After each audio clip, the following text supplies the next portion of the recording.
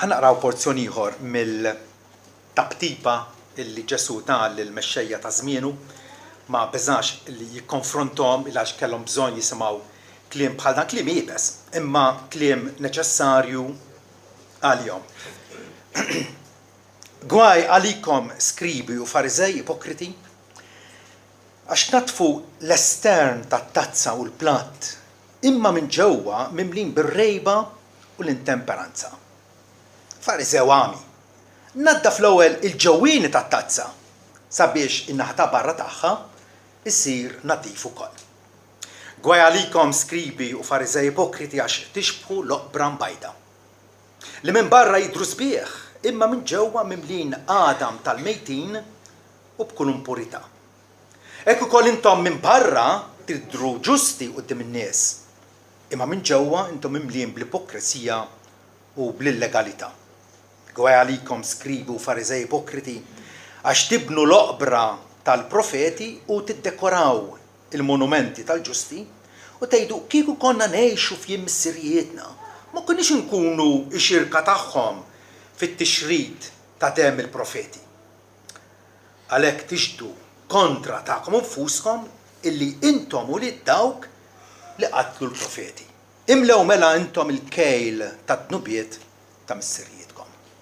Amen.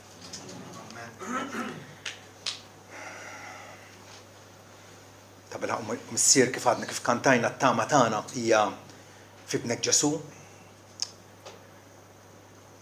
Il-għaliex inti ħtartu biex ikun is-salvatur tagħna ħalli jifdina minn kull impurità, mill-passjonijiet ħażina tagħna nfusna, mill-tiranija tax-xitan, minn dinja ħażina, mill-edewwa kollha tagħna, sabiex inkunu nies tal-pussess tiegħu, nies magħrufa b'ismu. U għaldaqstant nitolbuk malaj dalodu sabiex aħna li nġorru l-isem sabiħ ta' Kristjani, ta' nies li nappartenu għal Kristu, għatina mulej illi ta' bilħaq nisimaw u nozzu u nħadmu il-messaġġ li għaddina. Sabiex nkunu ta' bilħaq nies ħielsa, nkunu nies liberi, nies illi mingħajr intimidazzjoni, nkunu lesti ma' kull sebħ ta' kull ġurnata illi naqduk mingħajr intimidazzjoni fil-ġustizzja il-jiem kollha ta' ħajjitna. U dan tolbuh għal glorja ta' ibnek Ġesu. Amen. Amen. Mela fil-Greċja antika kien hemm żewġ artisti pitturi dejjem jikkompetu ma' xulxin u rivali ta' xulxin. Darba ftehmu li jagħmlu konkors bejniethom, iġibu pittura kull wieħed fuq il-palk u jkun hemm in-nies l-udjenza u mbagħad jiġġudikaw huma minnu l-aħjar artist. Jisimgħu Zeuxis u Parrhasius. Zeuxis beda l-ewwel qallu mela ħanikxef il-ċaruta quddiem il-pittura tiegħi u kixifha u deret pittura ta' frott imħallat. F'inqas minn minuta ġew l-għasafra tal-belt u bdew naqrulu l-pittura. Tant kienet realistika. U n-nies ovvjament titċab-ċab. U Zeuxis qallu sa jmislilek. Neħħi l-ċaruta ħalli naraw l-pittura tiegħek. U Parrhasius beda jitħaq. Qallu ċaruta hija l-pittura. U Zeuxis kellu jammetti t-telfa, qallu prosit. Għallu jintħaq bl-għasafar minn titħaq bija. Issa, ovvjament, fl-arti u f'ħafna oqsma oħra tal-ħajja, huwa permess illi jinqarqu b'xulxin. Għamin, tara l-Maradona jagħmel dawk il-mossi, ta' parsi se jellem, u bat idwullek fid-daqqa urħin, li għenna ħal oħra tgħid wow, xi ġmiel. Qiegħed għarraq. Imma qiegħed għarraq f'ambjent fejn huwa permess, huwa aċċettabbli li tqarraq. Jiena nagħlab iċ-ċess, iċ-ċess hija logħba tal-moħħ illi nagħtik isqof b'xejn, pereżempju jew żiemel b'xejn u inti tibelgħu, u mbagħad tagħmellek checkmate. Fl-isports nistgħu nqarqu u dak li jkun jammirana, però fil-ħajja ta' kuljum issa kif ngħixu ħajjitna minn ġurnata l-oħra. Rridu noqogħdu b'sebgħinejn illi il-prestazzjoni tagħna, l-imġiba tagħna ma tkunx esternament passabbli, nkunu nidru notfa u attraenti, mentri fir-ruħ nkunu imħassrin u profani. Gwaj għalikom skribi u Farizej ipokriti għax tnatfu l-estern tat-tazza u l-platt. Immaġinaw intom. Irġiel illi taħslu l-platt id-dar wara l-ikla. Għax ovvjament il-mara tkun sajret. U intom taħslu l-platt minn barra biss. Ma ssibx li l-mara tiħu pieċir bikom. Pero Ġesu li qed jippenġi hawnhekk illi taħsel tnaddaf l-estern tat-tazza u l-platt, mentri minn ġewwa mimlijin bir-rejba u l-intemperanza.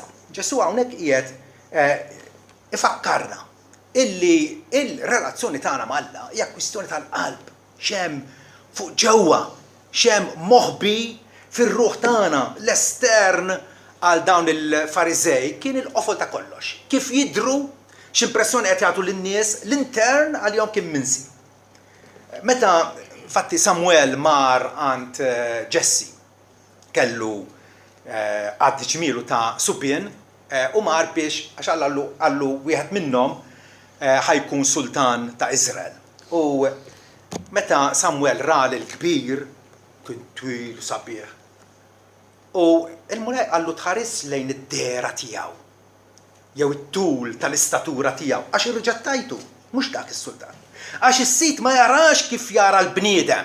Il-bniedem iħares lejn il-bixra barranija. Iżda l-mulej ħares lejn il-qalb. U aħna nistgħu biss naraw il-qoxra barranija kif tidher minn barra. Għalhekk importanti li ma niġġudikawx il-motivi jew il-ħsibijiet tal-qalb. Maħniex kapaċi. Għax maħniex kapaċi naraw. L-importanti huwa li jiena nnifsi nara li l-qalb tiegħi hija mogħtija sinċerament lill-Alla. L-essenza tal-fidi nisranija hija li onestament u sinċerament qed ngħix quddiem Alla. Forsi ir-reazzjoni tagħna meta naqraw diskors bħal dan illi tnaddaf l-estern tat-tazza imma minn ġewwa mimli ħmieġ, forsi tgħid mhux jien. Ġieled bissimt lil xi ħadd li fir-realtà ma tantx taħmlu. Tidħol fix-xogħol filgħodu u titbissem meta taf li dak huwa kemm nixtieq li ma jaħdimx hawn. Għall-inqas, ma narax aktar biċċi. Ġieli taġixxi bil-pulit fil-waqt li tinsab imbaqbaq bir-rabja fuq ġew. Ġieli awgurajt lil xi ħadd għas-suċċess tiegħu fil-waqt li ħassejtek qed tgħir għalih għax int m'għaddejtx mill-eżami u għadda. Ġieli kif ngħidu bil-Malti biss tliet li tixtieq maqtuha. Ġieli tagħmel il-make-up u għawek mhux qed nitkellem biss lin-nisa. Nagħmlu l-make-up fil-waqt li minn taħt il-ġilda tagħna hemm sentimenti ta' invidja u ħdura.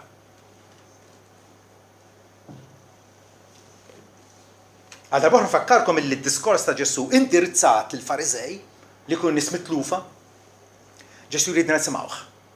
Għaliex jaf illi iva għad hemm dak il-fdal ta' ipokrizija illi rridu ninħelsu minnu. Dawn il-Farizej kienu jafsu fuq iċ-ċerimonjal, għalihom iċ-ċerimonji u r-ritwal kienu kollox. U l-vestwarju sagru tagħhom kif jilbsu, tiftakru bil-filatteri u bil-ġmiemem, kabruhom u jagħmluhom jidhru kbar. Kollox attraenti, kollox diċenti u immakulat fuq barra bħala għata għal korruzzjoni u taħsir morali. Dinja sitwazzjoni hekk nisek huma ta' bilħaq deplorabbli ta' min jitħassarhom. Ġesu qed jgħidilna qogħdu attenti li intom infuskom ma tkunux imdakrin minn dik il-marda fatali. Fatti Ġesu jakkużhom illi minn ġewwa dawn in-nies illi kienu il-krema tas-soċjetà.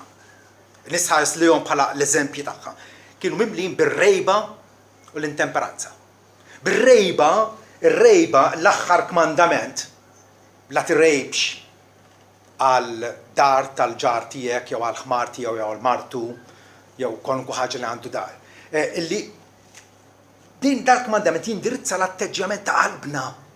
Kif aħna din nħarsu l-outlook tagħna, il-perspettiva tagħna fuq il-ħajja x'qed jiġri madwarna, ħadd ieħor qed jirċieva ħafna, qed ikollu suċċess jinbqgħid lura. U allura tirrejb, irrid iżjed.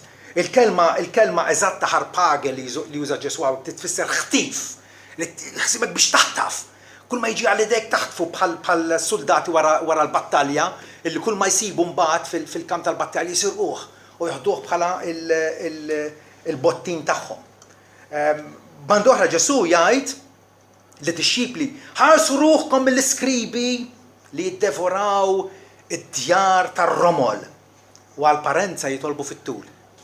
Tarawa. Dawn in-nies li kienu qassa hemm din l-armla m'għandix min idur biha qiegħda waħedha tajjeb u waslet biex tmut u morru biex jaħtfula dara u l-proprjetà kollha tagħha. Imbagħad għall-parenza jitolbu fit-tul. Itawlu it-talb tagħhom fil-pubbliku biex minn għalihom ipattu. Dawn se jirċievu kundanna akbar jgħidilna Ġesu. Ma nistgħux ma niftakrux fil-prattika imtawla fil-Kristjaneżmu ta' assisin li jafu li hemm dik l-armla u dak l-armel u dak ix-xieħ, dak l-anzjan wasal biex imut. Aħseb għal ruħek Giuseppi, aħseb għal ruħek, u mur man-nutar u fit-testament iħallilu l-proprjetà kollha tiegħu. Imbagħad għall-parenza nitolbu fit-tul. Dawn l-affarijiet huma insapportabbli għal Alla. Huma da faħxi. Meta minn barra nidru sbieħ minn ġewwa mimlijin ukoll intemperanza jgħidna dik l-indulġenza bla rażan li rrid niggratifika, irrid nissodisfa li nnifsi u bla kontroll. Fil-pubbliku nidher diċenti, però mbagħad jiffangaw fid-dnub favorit tagħhom, bla l-ġiem, bla rażan ta' xejn. Sewk huwa immoralità. L-istorja meta ġabulu lill-adultera maqbuda fil-fatt. Ġesu qal minn kommandu ebda dnub jixtela l-ewwel ġebla hu. U kollha parpru. Inkiss għaliex għax inkwantu adulterju kienu ħadd jindaqsa. Għadni kif qed naqra dar-romanz ta' Hawthorne, The Scarlet Letter. Storja ta' niket dwar adulterju li l-mara teħel piena u jkollha ġor din il-litra adultera ġifieri għal 7 snin sħaħ. U min għamel l-adulterju magħha jeħlisha ħafif. Wieħed miżmum fuq iċ-lidejn u l-oħra hija l-tarfa u l-kritika tas-soċjetà. U t-tnejn kienu ugwalment ħatja. Iva, din l-intemperanza li Ġesu qed isemmi l-fatt li rridu naħtfu. Fil-Knisja fil-Kristjaneżmu matul is-sekli deret u għadha tidher. Meta nitkellmu dwar l-indulġenzi plenarji u differenti. Din ma kienx ġrajja ta' dan id-Dominikan Tetzel fil-Ġermanja li beda ibieħ. Ma kienx ġrajja ta' persuna waħda. Għandek ġrajja li bdiet mis-seklu 9 baqgħet sejra sa żmien Luteru fis-seklu 16 u għadha sejra sal-lum. L-indulġenzi għadhom ħajjin u rikmandati. Għadhom infoga, għadhom uffiċjalment approvati. Dejni għal-kritika illi dawn in-nies messom jisimgħu. Illi wkoll matul is-sekli illi tħallas id-deċmi bil-fors. Imġiel li tħallas id-deċmi meta nafu li l-Knisja mhix azzjenda finanzjarja. Alla jħobb il-mijati b'allegrija, bil-ferħa, minn qalbu. Ġesu jwissina kontra dawn nies li iġizzu n-naċ. Iġizzuhom flok ma jitimgħuhom u jidu ħsiebhom u jħorġuhom fil-mirata ħadru. Iġizzuhom, jaraw kif jisfruttawhom. Bandu oħra Ġesu jgħidu qogħdu attenti minn profeti folot li jiġu għandkom fil-biss in-naċ, innoċenti minn barra. Imma minn ġewwa u mal-pub ħattafin. Jidru mansi, jidru eżemplari, iżda jaħdmu insidjosament, jaħdmu inkis minn taħt. Imma wkoll kultant apertament. Kultant bla mistħija fil-pubbliku. Dal-aħħar rajt il-dan il-qassis bil-mikrofonu fidejh, bit-bissima serafika fommu u qiegħed jagħmel ir-kant l-imġar Malta min ħajoffri l-aktar biex jerfa l-vara. Jisfrutta lin-nies fl-injoranza spiritwali tagħhom. Flok ma jgħidilhom uj, din dal-abbuż li jusejjer issa mit-sena, ejju naqtawh. 40,200 euro. Fejn ħajmorru dal-flus? Ġesu mhux qed jitkellem fl-arja, jaf x'hemm fil-qalb umana u jaf kemm kapaċi l-bniedem jisfrutta u juha vantaġġ bl-iskuża tar-reliġjon fuq ħadd ieħor. Ġesu jaraf ukoll però illi t-tali aġir abbużiv huwa kollu riżultat ta' qalb mhix riġenerata. Dawn huma nies illi mhumiex imwielda mill-ġdid. Illi l-Alla ma jafuhx. Isemmuh, però ma jafuhx. Vers 26 Farzewami naddaf l-ewwel il-ġewwien tat-tazza sabiex in-naħa ta' barra tagħha isir nadif ukoll. Ġesu prattikament qed jgħid lil dan il-Fariżew biex jagħmel xi ħaġa li impossibbli. Kif nistgħu innatfu lil nafusna? Għajdu li intom. Kif nistgħu natfu? Infatti f'Ġob 14 vers 4 jgħidilna min kapaċi joħroġ ħaġa nadifa minn ħaġa maħmuġa. U biżgur ma jkun hemm dubju, Ġob innifsu jweġibat il-mistoqsija. Ħadd. Min kapaċi joħroġ xi ħaġa nadifa minn xi ħaġa ħadd. Għalhekk Ġesu jgħidilna li l-ħaġa mwielda mill-laħam hi laħam. L-aħjar sforzi morali tagħna ta' bnedmin maqtuwejn minnu li maħniex membri ta' Kristu huwa laħam. Ma jiswa xejn. U l-ħaġa mwielda mill-ispirtu ispirtu. Ġesu qed jgħidilna illi biex dawn l-abbużi mhux biss niskansaw imma ma nagħmluhomx aħna nfusna jridu nkunu nies mwielda mill-ġdid. Jridu nkunu nies illi Alla jagħmel iċ-ċirkonċiżjoni f'qalbna. Tafu Mosè ordnalhom mill-lut għallulhom għamlu ċ-ċirkonċiżjoni lilkom infuskom u tkunux aktar raskom jibsa. Però Mosè kien jaf li mhux kapaċi jagħmluha. Mhux kapaċi jagħmluha. Dabħal meta jiena għandi qalbi forsi difettuż għandha bżonn operazzjoni u nopera fuq qalbi stess. Ma jistax ikun. Ma jistax ikun. U għalhekk fl-aħħar tad-Deuteronomju mbagħad Mosè jagħtihom tama lil-lut, jagħtina tama. Meta jgħidilna Alla nnifsu jagħmlilkom iċ-ċirkonċiżjoni f'qalbkom. Dak li possibbli għalina Alla jwettqu permezz tal-Ispirtu Qaddiż tiegħu. Sa vers 27 Ġesu jkompli jgħid għalikom skribu Fariżej ipokriti għax tixbħu loqbra mbajda li mbarra tidru sbieħ. Imma minn ġewwa mimlijin għadam tal-mejtin u b'kull impurità. Dana kienet drawa tal-lut illi meta joqorbu l-festi u allura mistenni illi ħafna nies jinżlu Ġerusalem, iċ-ċemiterju anke kwalunkwe qabar kienu jagħtuh tibjida bil-ġibs biex juru, biex tirfis hemmhekk, għax jekk tirfis hemmhekk ma tistax tipparteċipa fuq fil-festi għal sebatijiem. Issir imniġġes. U allura kien jisbħuhom, u allura tara dawn il-loqbra kollha misbuħin bojot, tajwa huma sbieħu. Huma sbieħ. Imma taf x'hemm taħt il-kaptelli, taf x'hemm taħt il-ħamrija. Laħam putridu qed jitħassar u għadam tal-mejtin. Ġesu qal hekk intom. Il-bniedem il-bniedem mingħajr il-grazzja mhuwiex aħjar minn qabar mimli impurità u għadam tal-mejtin.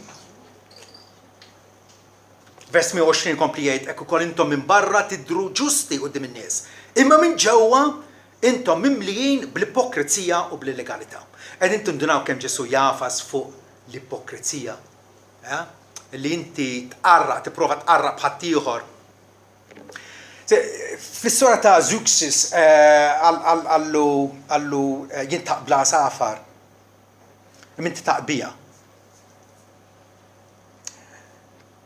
Aħna nistgħu nitqu b'xulxin jgħidilna Alla. Ma titqux bija. U dik hemmhekk hemm li toħroġ il-viltà ta' l-ipokrizija. Għax aħna naħsbu li issa ngħaddu għalixxa meta Alla l-għajn omnixjenti tiegħu hija fuqna. Alla li jaqrana bħal ktieb miftuħ, jaf l-intenzjonijiet ta' qalbna, jaf għalfejn għamilna dik l-opra tajba, għalfejn għamilta. Biex in-nies iċċabċablek, biex tgħidlek prosit, jew għax imqanqal mill-kumpassjoni trittejn il dik il-persuna. L-ipokriti jagħmlu ħsara lil ħadd ieħor aktarx milli ġid.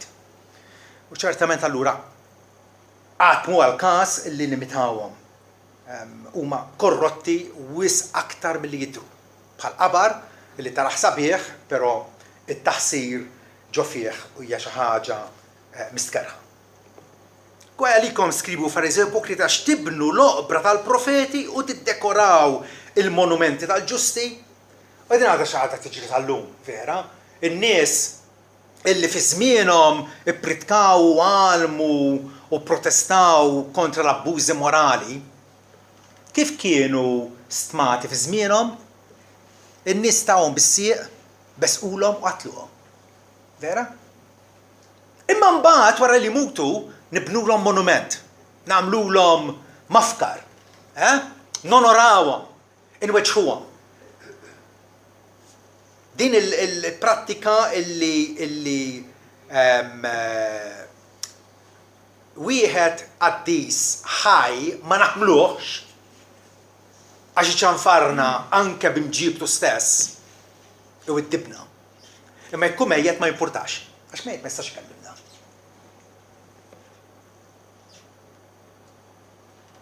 Ir-reliġjużi folots huma kkundannati, Ġesu jkundannahom għaliex jippretendu li huma superjuri għal ħadd ieħor. Superjuri għal ħadd ieħor, kieku konna ngħixu fi żmien missirietna, ma konniex inkunu xirka magħhom, sħab magħhom fit-tixrid ta' demm il-profit. Ma konniex noqtluh il-Iżajja, tafu Iżajja isserraħ min-nofs. Isserraħ min-nofs. Jew x'għamlu l-Ġeremija, tafgħu fil-bir kollu ħama, kemm tawh torturi. U l-profetu l-oħra, kif ittrattawhom. Imma dawn il-Fariżej jgħidu, kieku konna fi żmien missirietna, ma konniex nagħmlu hekk. Imma Ġesu qabadhom. Għax għallilhom dawk missirietkom, bel intom uliedhom, qegħdin tagħmlu l-istess ħaġa. Il-konnessjoni hemmhekk qiegħda. Il-konnessjoni hemmhekk qiegħda. L-istess ħaġa bħal meta fil-Knisja Kattolika jiftaħru ħafna bis-suċċessjoni apostolika. U jiftaħru li huma l-unika knisja taħt il-kappa tax-Xemx li għandha storja mill-bidu minn żmien l-Apostli. Ma naqblux magħhom ovvjament. Ma jgħidu għandna suċċessjoni apostolika. Il-linja ta' papiet tibda mill-bidu u għadha sejra sal-lum. U ma jsemmunniex l-antipapiet li kien hemm. Ma jsemmunniex il-papiet korrotti, violenti, attiela, immorali li kien hemm. U ma kinux ftit. Ma kinux ftit. Ma jekk inti trid suċċessjoni apostolika, jew taċċetta kollha kemm hi. U allura ħa taqbel ma' dawk il-papiet, però jekk ħadd tneħħi dawk il-ħoloq ta' papiet li huma korrotti, anke fid-dottrina tagħhom, aħseb wara fl-imġiba tagħhom. X'sar minna s-suċċessjoni apostolika? Ġesu qiegħed jgħidilna illi kemm huwa faċli illi nonoraw l-oqbra u r-relikwi tal-qaddisin u martri u nbusuhom. Meta mbagħad maħniex lesti li nagħmlu skont kif qalmu huma. Nieħdu d-Dominikan Girolamo Savonarola, xi mit-sena qabel ma twieled Luteru. Dana Dominikan Patri, Firenze. Firenze kleru u ċittadini kienu mogħtija għal profanità u l-immoralità. U da Savonarola kien joħroġ fil-pjazzett u jippridka kontra l-abbużi tal-Knisja. Jgħidlek, x'inhi l-Babilonja jekk mhix Ruma? Il-Babilonja tfisser taħwit. Fid-dinja m'hemmx konfużjoni akbar ta' delitti u kull inikwità iżjed minn Ruma. Peress li għamluha għamara tal-prostituti, Alla qatt jagħmilha stalla għal ħnieżer u żwiemel. Iż-żmien antiku safi tal-Vanġelu tal-ewwel Knisja telaq qed jgħid. Iż-żmien antiku safi tal-ewwel Knisja telaq. Ruma imnizza bil-vizzi kollha tħebb għat-tieni u għatagħha. Imma jekk nikxfu l-qagħda tagħha inqanqlu l-edewwa kontra tagħna qed jgħid. Fil-Knisja Bikrija il-kalċi kien tal-injam u l-presbiteri kienu tad-deb. Illum jgħid il-qassisin huma tal-injam u l-kalċijiet tad-deb. Qegħdin tifhmu. Ma x'għamlulu lil Savonarola? X'għamlu? Rabtuh marblu u ħarquh f'nofs ta' pjazza. Lilu u xi Dominikani oħra miegħu. Illum jonorawh. Kien leħen profetiku. Illum jonorawh, illum. Wieħed minn dawk li lilna kellna bżonn nisimgħu.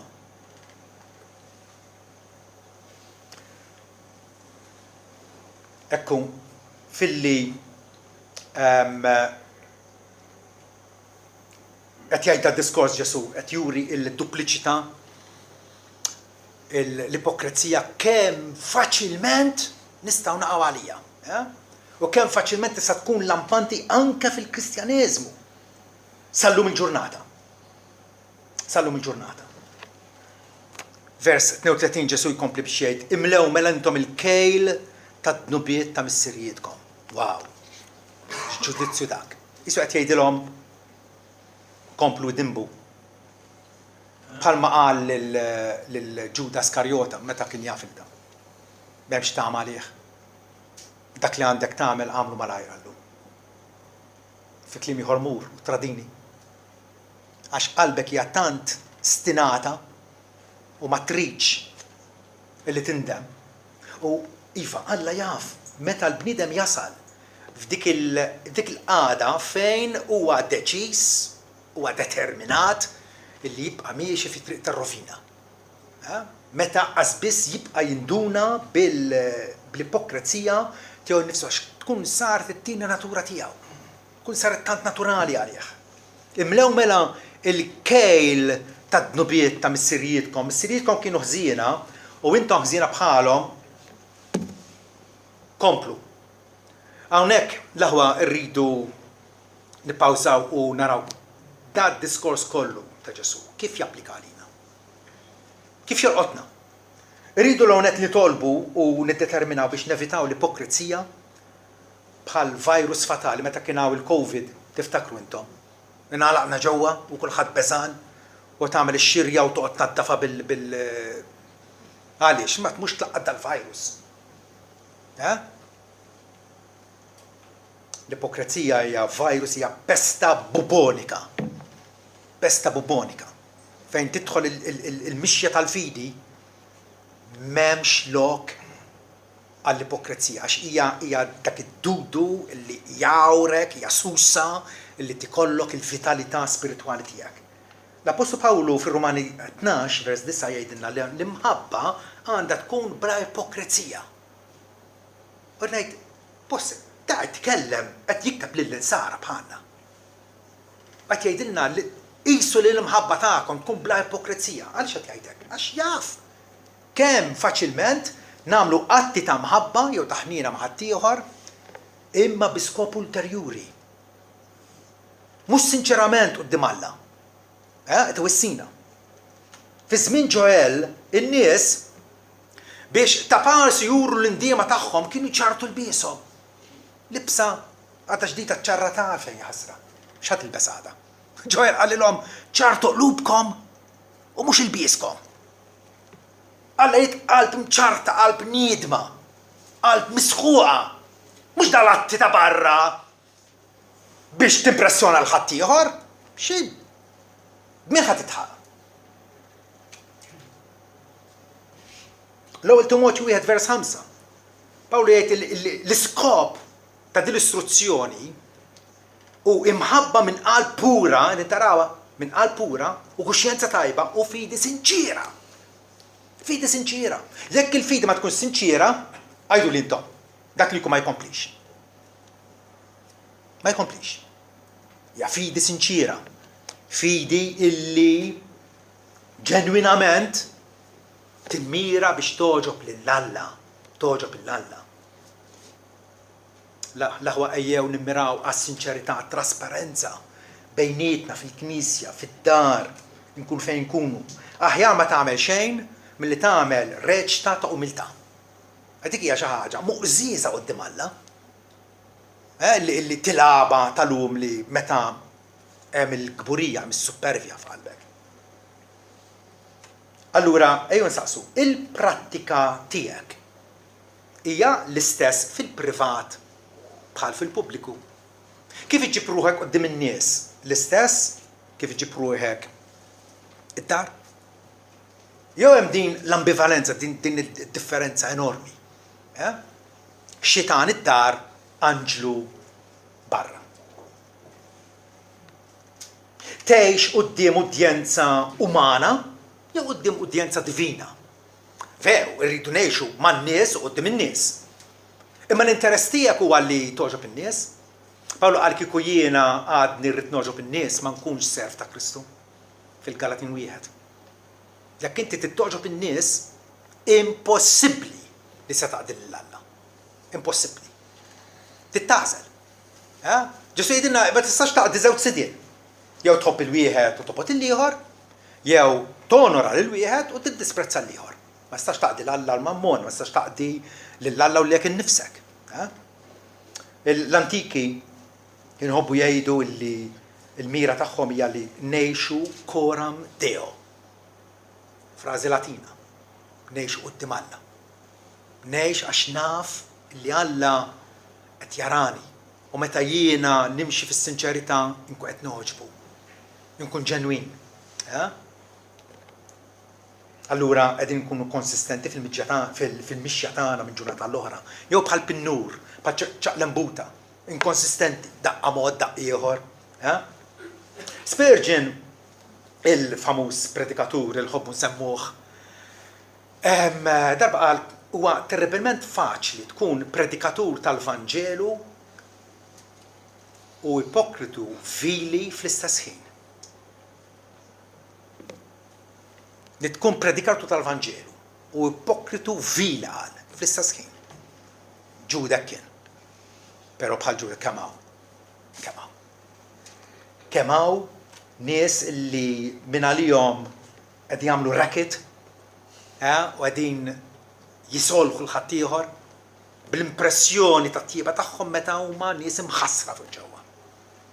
Imħassra. McChain il-pastor Skoċċiż ta' ġenerazzjoni oħra. Jgħid il-marka tal-ipokritu hi illi jkun Kristjan kullu imkien ħlief fid-dar. Uridu nieqfu u ngħidu iva. Tinduna kemm inti ipokritu jekk l-atteġġjament u diskorsok u kollox huwa differenti barra milli tkun fid-dar. Ġifieri, jekk tridu tkunu tafu jien x'insarraf saqsu lil Marti. U jien nagħmel l-istess ħaġa magħkom. Il għaliex għandna ħabta li jisna awtomatikament id-dar kapaċi nesprimu aktar il-ħażen tagħna. Xi ħadd anonimu ma nafx min qara din. Ipokritu huwa persuna li ġġibruha differenti l-ħadd filgħodu. ħadd filgħodu, ma ħadd filgħodu biss, bin-sabatijiem ħadd filgħodu biss, ma ġġibruha differenti. Ħankunu reali l-aħwa, ħankunu ġenwini, sinċira. Flus folot ma jisfewx. Flus folot tista' tgħaddihom u titħaq tal-ħanut għaw u fl-aħħar tinqabad. Fl-aħħar ħadd inqabad u tikola. Dawn ir-reċtar u pożi m'hemmx lok għalihom, speċjalment quddiem lajn penetranti ta' all-omnixjenti. All-omnixjenti forsi beżżana le, all-omnixjenti ifarraġna. Il għaliex jiena kapaċi nitolbu l-almu lejn inti taf qalbi, taf kemm il-darba nfalli, u frattant inti taħfirli. Pietru meta Ġesu saqsiet tliet darbiet tħobbni inti aktar minn dawn, fl-aħħar Pietru qallu mulej taf noħobbok. L-imġiba tiegħu ma kienx turi imħabba, ċaħdu tliet darbiet. Imma se jappella għall-omnixjenza ta' Kristu, mulej qallu inti taf qalbi, taf noħobbok. Walla jixtieqna li l-qalb tagħna u l-imġiba tagħna esterna tagħna jkunu jaqblu flimkien. Jkun hemm dik l-armonija flimkien. Ġesu hawnhekk qiegħed iċarrat il-maskri minn quddiem dawn l-uċuħ ta' dawn in-nies. Qed jurihom, qed jikxifhom, qed jisponihom u juri x'inhuma ta' bilħaq. Korruzzjoni, taħsir u minn kollox. U allura l-aħwa ejjew ma nistħux nikxfu l-maskri ta' ħadd ieħor. Però irridu nittrenjaw l-ewwel ħaġa. Ittrenja fuqek innifsek. Ittrenja fuqek innifsek. Iġġudika lek innifsek l-ewwel. Imbagħad kun kapaċi taqla l-iskalda minn għajnuk. Però l-ipokritu tarfu li ħsibu biex jafas u jinsisti ħafna għal perfezzjoni f'ħadd ieħor u nnifsu qasbis jinduna bil-fallimenti gravi tiegħu. Missierietna kienu ħobbu jgħidu biex tiskonġra titkun pur. Biex minn għalik ħatkeċċi demoni ma' ħadd ieħor, titkun pur. Għalhekk nasib jiena huwa każ fejn aħna nevalwaw ir-relazzjoni tagħna mal-Alla. Fejn, fiex tinsab. Ġilitna bniħ l-Alla fittixni u Alla u kun naf qalbi. Davidek qallu, Salm 139. Fittixni u kun naf qalbi. Ipprovani u kun naf il-ħsibiet anzjużi tiegħi u għara jekk hemm xi triq tad-dnewwa fija u mexxini fit-triq dejjema. David killes li jesponi ruħu jikxef ruħu qudiem Alla mulej. Fidejk. Għamil bija dak li jogħġbok. Salm ieħor jgħidlu min kapaċi jifhem l-erruri tiegħu jew l-iżbalji tiegħu. Naddafni minn difetti moħbija. David kien jaf li għandu difetti moħbija fih. Naddafni minnhom. Kemm huwa każ li aħna nkunu umli quddiem Alla u mhux inħarsu ħadd ieħor u nitkażaw bih għax nafu li hemm difetti moħbija fina nfusna. Salm 119 is-salmista jgħidlu Jalla qalbi tkun blaħtija fl-istatuti tiegħek sabiex ma nkunx mistħi. Qalb blaħtija, qalb sinċira quddiem Alla. Frattant l-aħwa rridu bla biża u bla eżitazzjoni, bla parzjalità nċanfru id-dnub. Nċanfruh fina nfusna, nċanfruh ukoll f'ħadd ieħor. Għaliex mart akut, mart serju għandu bżonn rimedju serju. Rridu nkunu intolleranti fl-imħabba tagħna. Ifhmu għadi, intolleranti fl-imħabba. Tant inħobbok u nixtieqlek il-ġid illi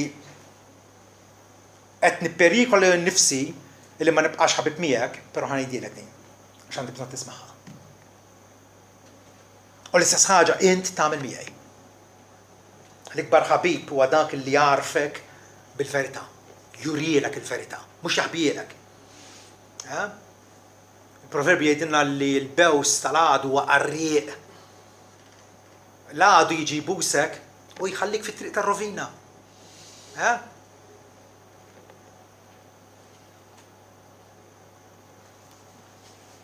Forsi qed jisimgħuni xi nies li mhumiex Kristjani. U laqqas jippretendu li ma Kristjani u laqqas jaħsbu li jistgħu jkunu Kristjani għaliex jafu li l-Knisja hija mimlija ipokriti. Dinja kritika komuni.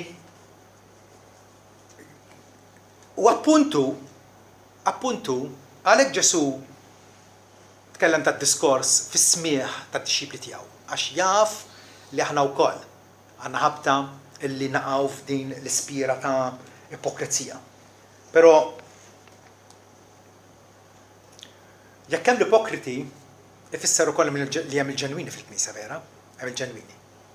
Għalfejn qed twaħħal fil-Knisja meta taf li hemm il-ġenwini.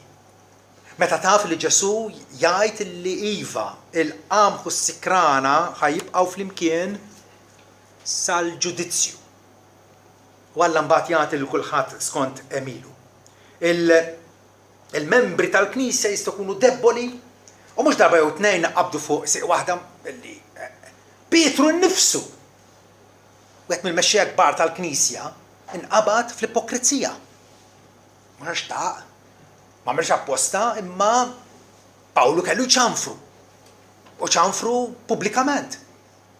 U għallu inti temmem mod imma tagħmel mod ieħor.